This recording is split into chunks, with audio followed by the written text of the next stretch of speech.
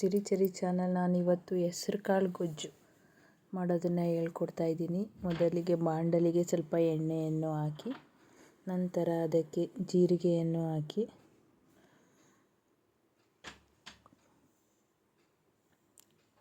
ಎರಡು ಒಣಮೆಣಸಿನಕಾಯಿಯನ್ನು ಹಾಕಿ, ಒಂದು ಹಸಿಮೆಣಸಿನಕಾಯಿಯನ್ನು ಹಾಕಿ, ಈರುಳ್ಳಿಯನ್ನು ಹಾಕಿ,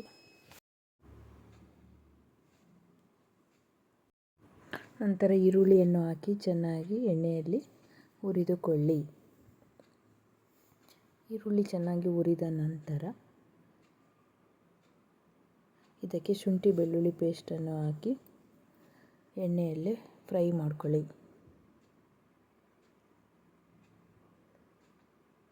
ನಂತರ ಇದಕ್ಕೆ ಒಂದು 3-4 ಸಣ್ಣಗೆ ಹೆಚ್ಚಿರುವ ಟೊಮೊಟೊ ಹಣ್ಣನ್ನು ಹಾಕಿ ಚೆನ್ನಾಗಿ ಹುರಿದುಕೊಳ್ಳಿ.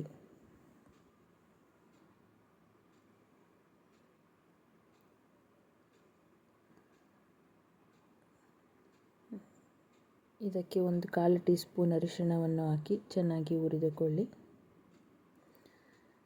ಅರ್ಧ ಸ್ಪೂನ್ ಧನಿಯಾ ಪುಡಿ, 1 ಸ್ಪೂನಷ್ಟು ಅಚ್ಕಾರದ ಪುಡಿ, ಒಂದು ಸ್ವಲ್ಪ ಜೀರಿಗೆ ಪುಡಿ ಹಾಕಿ ಚೆನ್ನಾಗಿ ಎಣ್ಣೆಯಲ್ಲೇ ಫಸ್ಟ್ ಫ್ರೈ ಮಾಡ್ಕೊಳ್ಳಿ. ಚೆನ್ನಾಗಿ ಹುರಿದ ನಂತರ ನೋಡಿ, ಹೆಸರು ಕಾಳನ್ನು ಒಂದು 3-4 ವಿಷಲ್ ಚೆನ್ನಾಗಿ ಬೇಯಿಸ್ಕೊಳ್ಳಿ. ನಂತರ ಇದಕ್ಕೆ ಹಾಕಿ ಸ್ವಲ್ಪ ನೀರು ಕಡಿಮೆ ಹಾಕಿ ಬೇಯಿಸ್ಕೊಳ್ಳಿ. ಗ್ರೇವಿ ಥರ ಬೇಕಾದರೆ ನೋಡಿ ಈ ಥರ ಬರುತ್ತೆ. ಚೆನ್ನಾಗಿ ಹುರಿದುಕೊಳ್ಳಿ ಇದರಲ್ಲೇ. ನಂತರ ರುಚಿಗೆ ತಕ್ಕಷ್ಟು ಉಪ್ಪನ್ನು ಹಾಕಿ,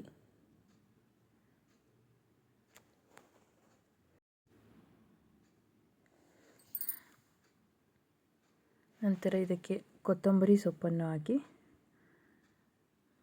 ಚೆನ್ನಾಗಿ ಹುರಿದುಕೊಳ್ಳಿ.